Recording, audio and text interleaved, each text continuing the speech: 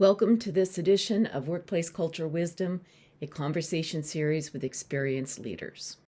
Hello and welcome. My featured guest today on Workplace Culture Wisdom, a conversation series with experienced leaders, is Joan MacArthur-Blair. I have had the great pleasure of knowing Joan now for a few years and now actually maybe even a few decades. Joan right now lives out in Victoria and was in Halifax for quite a while with her partner Jeannie, and we had a very active friendship at that time and shared lots of good workplace stories. Joan describes herself as a writer, a poet, and an appreciative inquiry aficionado. And in this episode of Workplace Culture Wisdom, she's going to bring a traveler perspective on what it's like to be in and out of organizations and providing guidance as asked or required.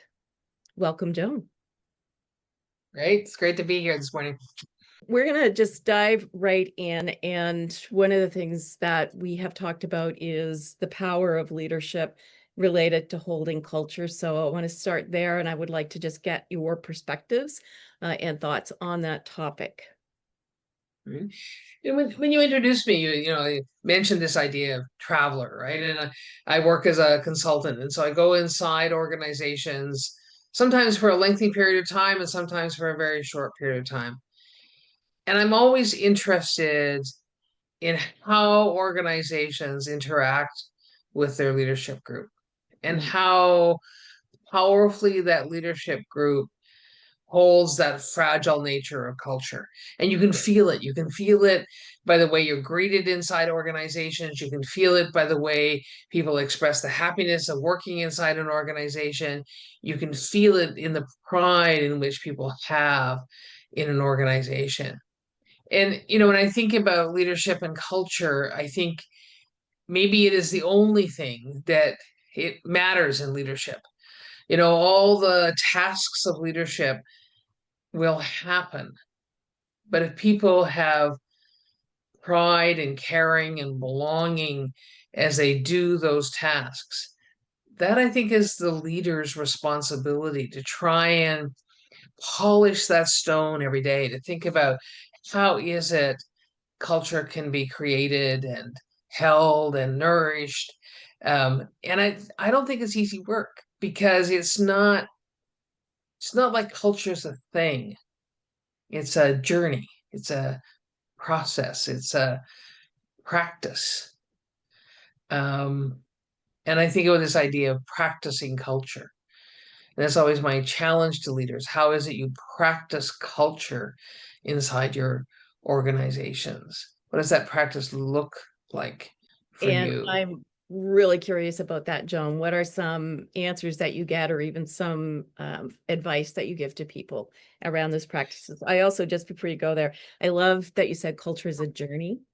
And when we talk about healthy workplace culture, we talk about the need to be intentional about it. Otherwise, you just get what you get, and you might not like what you get. We kind of assume we're talking about positive culture, but you're right. You always get culture. Culture shows up and fills the void of whatever is there. I think why I say that culture is a journey and a practice is that um, it's not like we're perfect at it. It's not like we don't fumble.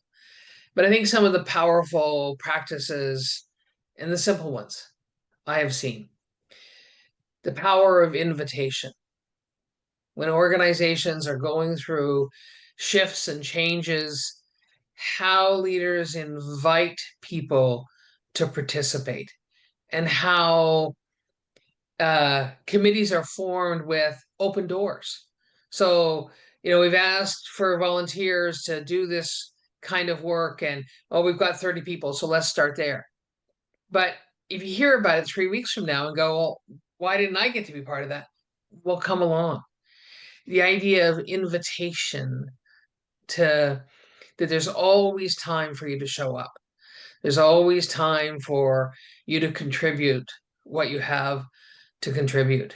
And so that's one of the big practices. The second, I think, and there's a president of a college in the United States who's really good with this. every Friday afternoon he writes to his organization on something that's on his mind. It could be as simple as uh, the birthday of somebody, or as profound as diversity and inclusion, or something that's happening on one of the campuses, or and it's his personal thoughts. It's kind of his thoughts as a leader. And so the second big practice for me is people can't work with you if they don't know what you care about. And I think this is a challenge in leadership because it's the vulnerable place to say, this is what I value, this is what I care about. But those leaders that I see who express their values, the positive culture flows from that, right? And it's like it humanizes uh, leadership in an interesting way. To say, yes, my mind is occupied with big strategic thinking, but I'm also thinking about, I was walking through the cafeteria and I had this amazing conversation with somebody. And so that capturing of just being present. I think what it does is it is the practice of presence, of showing up. Yeah, we certainly talk about presence as one of the necessary leadership skills. Yeah, for sure. And you had a third one? I think the third one for me is the willingness to have honest conversations, to not just show up in organizations when um, things are okay, but to have honest conversations on an ongoing basis. And I think about the many leaders in Canada who are working on issues that are profound, like reconciliation. These are incredibly profound cultural practices. It's not like there's a guidebook to getting reconciliation right. And so that idea of just kind of showing up in the tough conversations creates a culture where we can work it through. We actually can have conversations that are complex and we can find pathways forward together. And those are not easy kinds of things. One of the things that we talk about with a healthy workplace culture is this notion of psychological safety. And it just, when you're talking about the ability to have hard conversations or be in the challenging, profound conversations, I think about psychological safety, and we'll say it's not about being nice to people. It's about creating the conditions so that people feel supported and contributing their voice, even if what they have to contribute is contrary to current thinking. And then I also think we before we started this video, we talked for a minute about the geopolitical reality we are living in these days and how it's not feeling so safe for some people in organizations. And I just wanted to open the opportunity for you to speak a bit about diversity and inclusion and the pressure that you've noted people are feeling.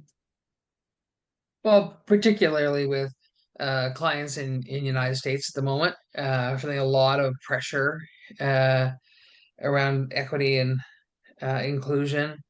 You think about belonging as an outcome, and diversity and equity and inclusion in some ways as the input, right? The work that we do, but our goal is psychological safety and belonging. And you think about organizations as a microcosm of large society. Anyone who is discriminated against in larger society would love to be part of a culture where they belong. Culture is also backed, I think, by rigor. What are the policies, structures, and actions that are in place that demand of individuals inside an organization to practice belonging? And that's tough stuff, right? Because all organizations have policies around these things. But how is it the influencers inside of the organization, not necessarily the ones that, have it on their business card that they have a position, but how do the influencers say, we practice this and we abide by it? And that creates a culture of the possibility of belonging. And it's not like in large organizations in particular, you ever meet that magic mark of total psychological safety or totally belonging. It's just not possible. The concerns I have is that organizations don't uh, practice anticipatory acquiescence, that they don't see this kind of wave of change coming where equity and diversity work aren't as important.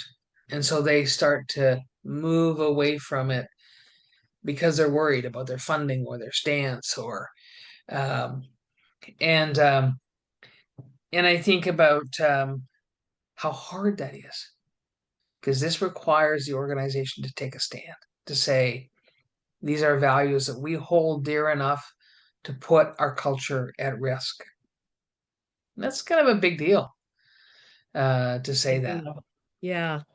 We I've commented on a number of conversations here and there along the way that people are so caught up in the words that they're losing the essence of what's Yeah. really important, and not just the essence of what's important, but the actual research that shows the results that show an organization does better when it's able to embrace the diversity that we're talking about.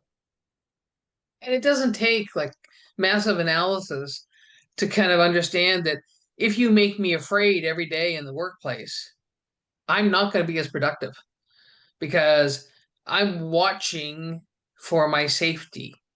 Right. So a fair bit of my brain is occupied with whether or not I'm about to experience something in the workplace that will be devastating. And healthy workplace cultures are intolerant of those things. Right. And acting swiftly. Acting swiftly Yeah. and not tolerant and individually not tolerant. If there are a number of people who are feeling unsafe, well, that just multiplies and amplifies. And then you probably have a dynamic of people not feeling safe and possibly a dynamic of bullying on the other side of things. Yeah. Yeah. Yeah. And we all long for a culture that will stand up for us. Oh, right? Yes. Yeah. And so part of the psychological safety is believing that the culture is strong enough to say, this actually isn't okay here. And I've been inside a couple of cultures that fascinatingly do that. They just don't tolerate it. Somebody in a group will say something, they'll go, no, we don't do that. And it's not like it needs a discussion. It's just like, no, we don't do that. And to watch that, in that traveler sense, to go inside an organization, watch it happen. It's like somebody says something that's discriminatory, the culture is standing on the edge of the cliff, and somebody says, no, we don't do that. And the culture walks away from the cliff and goes on to belonging. And it's very powerful to watch. And I wish I had, three things to tell you that if, every organization did these three things that could happen inside the organization. I think it's leadership. I think it's the influencers. It's the psychological safety for the bystander to say this is not okay. That's a huge kind of psychological safety, that they're not going to be punished for standing up. That's incredibly powerful. I just, in hearing you describe that, I can feel the power of it. And there is something, just if we can do that and then just move on to the next thing, and there's nothing sort of left hanging. It's just clear. We don't do that. Now let's do what we do. Yeah. Hmm. And it's, in that, you said this in my introduction as well. I work in appreciative inquiry, right?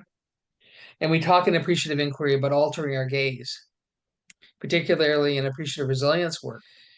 And that's what that does. It alters the gaze. It says we can look at what you just said and we can take all of our attention over there, or we can just say no and put all of our attention over here on belonging.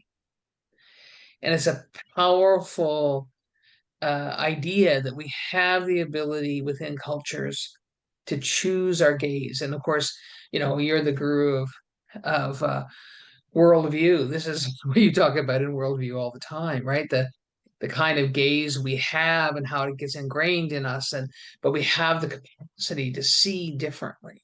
And I think great cultures see differently. Yeah, I think you're Yeah. right. I feel like we've just scratched the surface of all of this. And I'm going to bring us to a close here by asking you if there is anything else that you want to comment on or share here in this space before we wrap up. I think I'd add a last personal note. I've watched around the world the erosion of LGBTQ plus rights, and I think particularly for those people who are in leadership positions, who are out inside their organizations, this is a complex time. They often are old enough to have fought for the very rights they now see are being eroded, and um, I think I would say that there's a lot of people out here wishing for you to belong enough to be brave. Because it is a complex time. Um, and part of the workplace culture is our capacity to still be out and still be brave, even though when we're suddenly in danger. But yeah, that was the tip of the iceberg on culture, I think, for sure. Thank you so much for all of this. There's so much goodness and wisdom in this short space of conversation. I can't wait to share it with people. And thank you for agreeing to be a featured guest on the Workplace Culture Wisdom series. And just thank you for being you and for being a friend of mine for a really long time. It's been so great spending a few minutes with you. It's just been wonderful. Go to worldviewprograms.com to learn more about our Healthy Workplace Culture Program options.